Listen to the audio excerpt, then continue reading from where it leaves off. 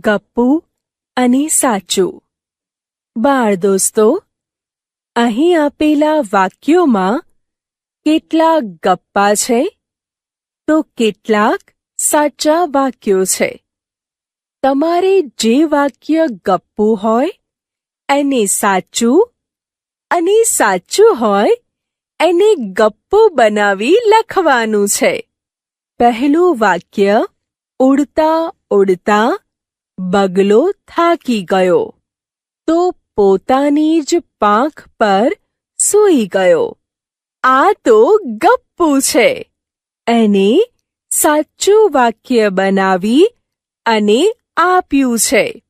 ઉડતા ઉડતા બગલો થાકી ગયો તો પોતાના માળામાં જઈ સૂઈ ગયો. હવે તમને સમજાઈ ગયું હશે. બીજું વાક્ય જોઈએ. કીડીના પગ નીચે હાથી દબાઈ ગયો. હા, આ ગપ્પુ છે. તો ગપ્પાને કોણ સાચું કરી લખાવશે? ખૂબ સરસ. હાથીના પગ નીચે કીડી દબાઈ ગઈ. પછીનું વાક્ય છે, આકાશમાંથી દૂધ પાકનો વરસાદ વરસ્યો. ગપ્પુ છે ભાઈ, ગપ્પુ. સાચું કરીએ તો લખાય કે આકાશમાંથી પાણીનો વરસાદ વરસ્યો. હવે પછીનું વાક્ય જોઈએ. સાચું છે કે ગપ્પુ છે? પંખીઓ આકાશમાં ઉડે છે. વાક્ય તો સાચું છે.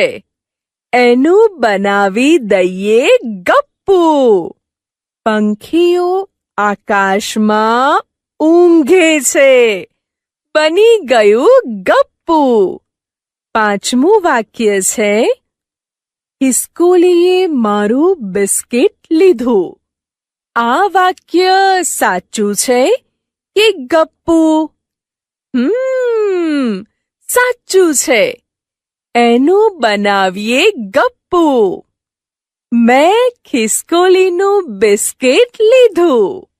છઠ્ઠું વાક્ય છે, મેં આજે સવારે દૂધ સાથે અંધારું ખાધું. આ તો ગપ્પુ છે. એનું સાચું વાક્ય આ મુજબ થાય, મેં આજે રાત્રે અંધારામાં દૂધ પીધું. સાતમું વાક્ય, મેં આંબા પરથી ચોકલેટ તોડીને ખાધી.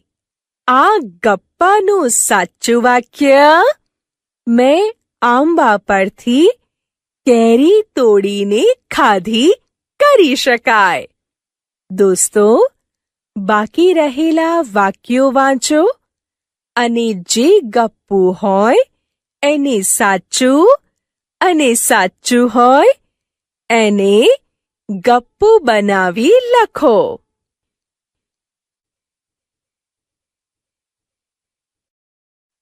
ચાલો ગાઈએ ગીતડું.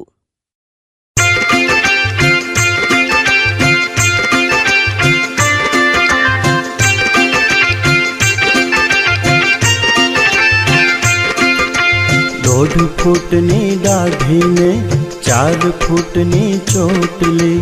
દોઢ ફૂટની દાઢીને 4 ફૂટની ચોટલી. ગધા ઉપર બેસે ડોસો માથે મૂકી પોટલી. ગધા ઉપર બેસે ડોસો માથે મૂકી પોટલી.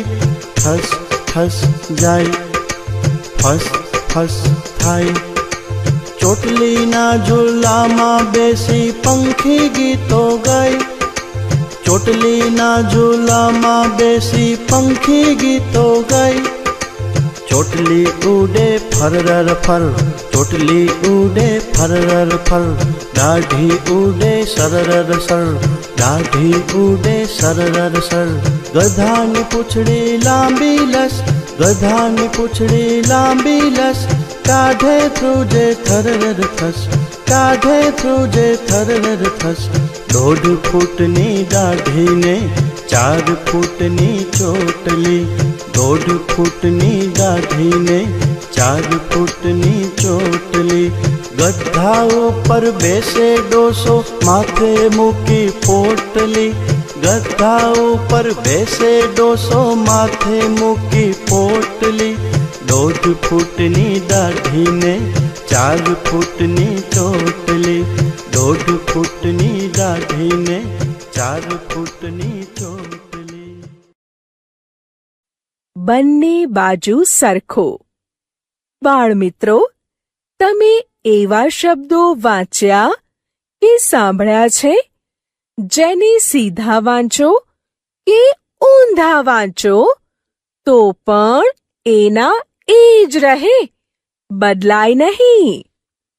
જુઓ, કાકા, કડક, નમન, તરત અને મલયાલમ શબ્દો છે. એને ઊંધા વાંચીએ.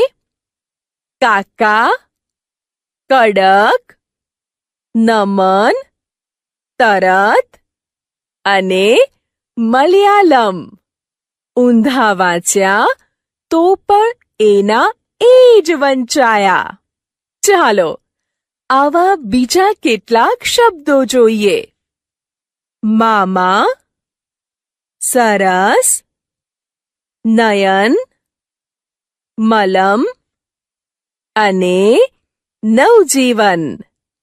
પછી દાદા, દરદ, મરમ, કથક, કલક કલક, નાના, કનક, નવીન અને સારસા.